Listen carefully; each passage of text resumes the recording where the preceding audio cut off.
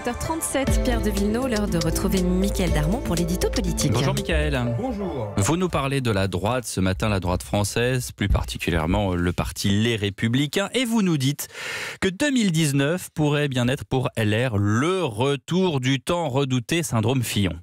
Oui, parce que vous savez, un des tout premiers livres politiques de l'année 2019 est signé de la journaliste Véronique Jacquier. Il a pour titre « François Fillon, l'homme qui ne voulait pas être président » aux éditions L'Artilleur.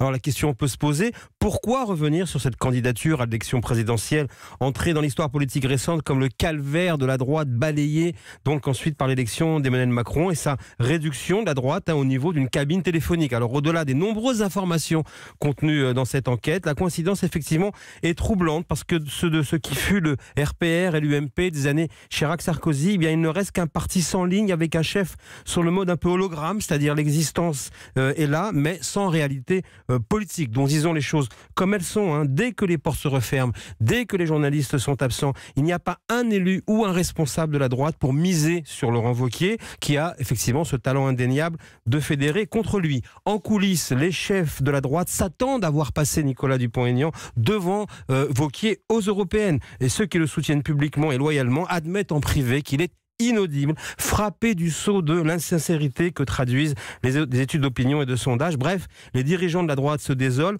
on n'imprime pas. Et en 2019, il faut le savoir, on le sait, on reprend le tourniquet électoral. Et la droite va-t-elle se retrouver encore face à la même question qu'au moment de la campagne présidentielle de Fillon, quand on allait dans le mur? Que faut-il faire cette fois-ci? Elle a préféré à l'époque, on s'en souvient, s'autodétruire avec le candidat Fillon, que personne n'a eu le courage de débrancher parce qu'entre les haines et les jeux de billard, personne ne s'entendait sur la personne qui aurait pu le remplacer. La droite s'est donc renfermée sur elle-même, loin des Français. Les responsables de la droite, officiellement, donnent rendez-vous après les européennes pour tirer les leçons. Mais d'autres tirent déjà la sonnette d'alarme. Faut-il encore aller dans le mur ou oser enfin poser le problème sur la table? Qui pour représenter donc la droite à l'élection de 2022? Parce que c'est l'unique obsession donc du côté de LR. Il faut bien le savoir, que ce soit du côté de Nicolas Sarkozy, devenu coach politique multicarte, ou Gérard Larcher, à qui on murmure qui pourrait être l'homme de la situation. À droite, on le sait, les couteaux sont tirés pour l'instant, mais ne sont pas aiguisés,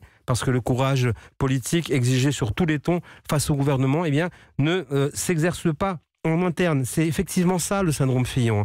Quand le candidat avait dit « je vous demande pas de m'aimer », je vous demande de me soutenir. Entre les lignes, Laurent Wauquiez dit la même chose. Au parti LR en 2019, on est bien parti pour rester sur le bas-côté de la route politique.